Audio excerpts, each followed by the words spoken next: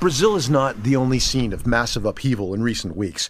Plans to demolish a public park in Istanbul sparked huge demonstrations in late May, and the confrontations between protesters and authorities continued into this week.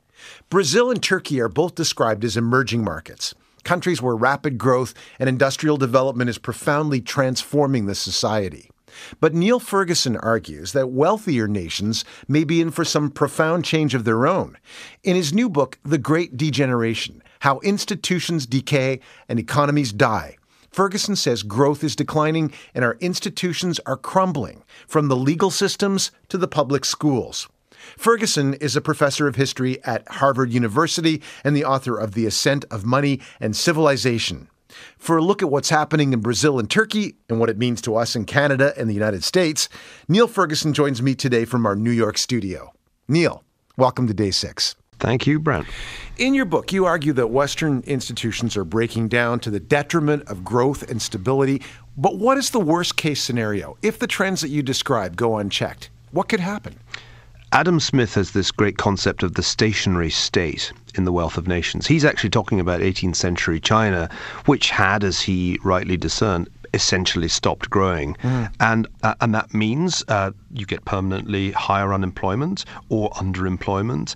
You get increased dependency. It's bad news. This is a point that Smith makes, actually. It's bad news for people lower down the social scale, the stationary state, because their chances of getting out from the bottom go down as the economy grows less rapidly. But the fault seems to lie with us because we are not engaged, because we are accepting our roles in this stationary state. And what we're seeing right now in places like Brazil and Turkey is kind of the opposite of that. We're seeing an ultra-engaged group of people in the streets protesting. What do you see happening in Brazil this week? What do you think the roots of that are? Well, I've been in Sao Paulo relatively recently, just about 3 weeks ago, and I've also been relatively recently to Istanbul. So let me put this as historically as I can. I think these are, if not revolutions, then certainly riots of rising expectations. Because, of course, the Brazilian economy and the Turkish economy have been performing relatively well recently. They've been the sorts of economy that have been improving their institutions, and the growth rate over the last 10 years has been pretty impressive. Indeed, these are economies that have been seen as the most dynamic of emerging markets. So when you get social protest in cities like Sao Paulo and Istanbul, you can't just say, oh, it's deprivation that they're protesting about. Right. Actually, what they're protesting about has to do with the fact that their lives have been improving, and they have become more frustrated with things they perhaps tolerated in the past. Corruption in government, I think, is an issue in Brazil. Red tape, the inefficiency, the lousy infrastructure. Sao Paulo traffic is dismal. And if you're trying to get around with public transport, you're in some smelly old bus, basically. So there's an issue there which I think is very specific to Brazil. In the case of Istanbul, it's somewhat more political, I think, because as the Erdogan government has pushed subtly but steadily in the direction of a more Islamist system and away from the secular values of Ataturk's republic, young people in a pretty westernized city like Istanbul have seen their freedoms begin to be eroded. And although the whole thing started with the redevelopment of a public park, it's also about everything from drinking beer to headscarves. And I think that makes it quite an interesting case, because in the rest of the region, in the Middle East generally, the Islamists have been gaining ground. Yes. But here you actually see some pushback, which I have to say I find quite heartening.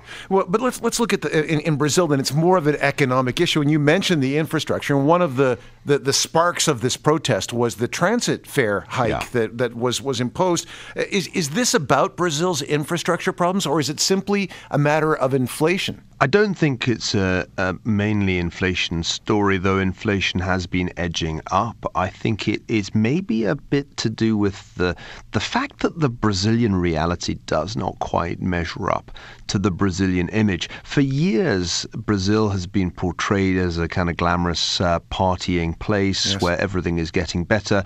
I call this the New York Times version of the country. You know, the New York Times version of Brazil is that everything is kind of sexy and cool. You go to Brazil, actually, things have not not been improving.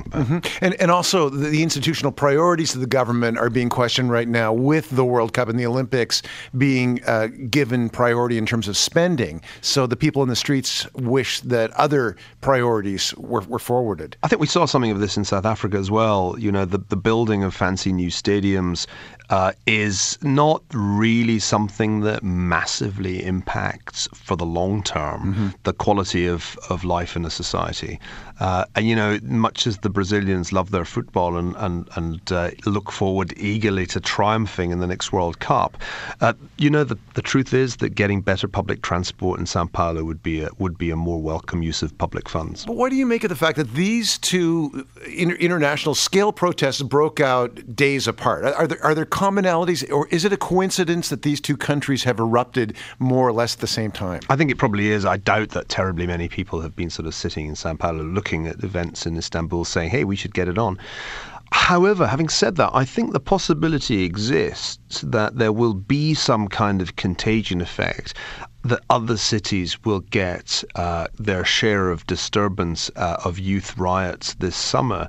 I think especially of Southern Europe in this context, because if you'd asked me to predict a few months ago what kind of cities will see trouble this summer, I certainly wouldn't have picked Istanbul and Sao Paulo, I'll be absolutely honest. I would have been much more likely to say, let's look at the big cities of Southern Europe where youth unemployment is eye-wateringly high.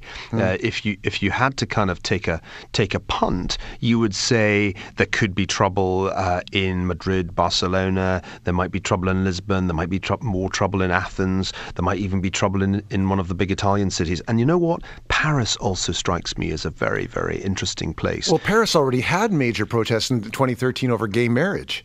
I think what we could see next time in Paris will be much more to do with the economic situation, which really is pretty bad there. If you are living in the banlieue, that's the not so nice eastern parts of Paris that North American tourists do not go to, you are likely to be from an immigrant family, though you may well be third generation, and you're highly unlikely to be unemployed. In fact, the unemployment rates for immigrant communities are far higher in most of Europe than they are for native-born communities. And that I think is something to watch, because if you look at what happened in Stockholm, we haven't mentioned Stockholm, but Stockholm's had its share of riots in the last month or so. That had a lot to do with that differential between immigrant and non-immigrant unemployment. The trouble didn't happen in central Stockholm. It happened out in the suburbs, which are predominantly immigrant asylum-seeking communities.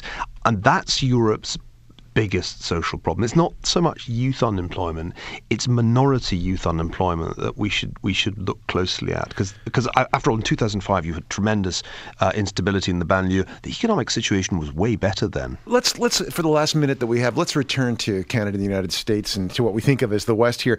What's the message from what we've seen in Brazil, Istanbul, and Stockholm, and in other places in the last months? Reform, reform, reform. Do not let your institutions deteriorate. Don't, if you're the United States, kid yourself that you're number one, because institutionally you're clearly not. In fact, Canada beats the United States on a whole bunch of measures of institutional quality. Canadians should be proud of the fact that social mobility is significantly greater now in Canada than it is in the United States. The United States' education system, its state-funded public school system, is failing poor American kids. And that failure shows up really early in their lives in ways that compare very unfavorably with Canada. So I'd say, to any US citizens who happen to be listening, you learn a thing from Canada. Learn a little bit about how to improve public education, because without good public education, without good high schools, there cannot be social mobility. And if you don't have social mobility, then there's just no way of justifying the relatively unequal society that the United States has. Niall Ferguson, thank you very much for being with us. My pleasure. Niall Ferguson's new book is The Great Degeneration: How Institutions Decay and Economies Die. And he joined us from New York. This is Day 6. Day 6. Like us on Facebook and follow us on Twitter. We're at CBC Day 6.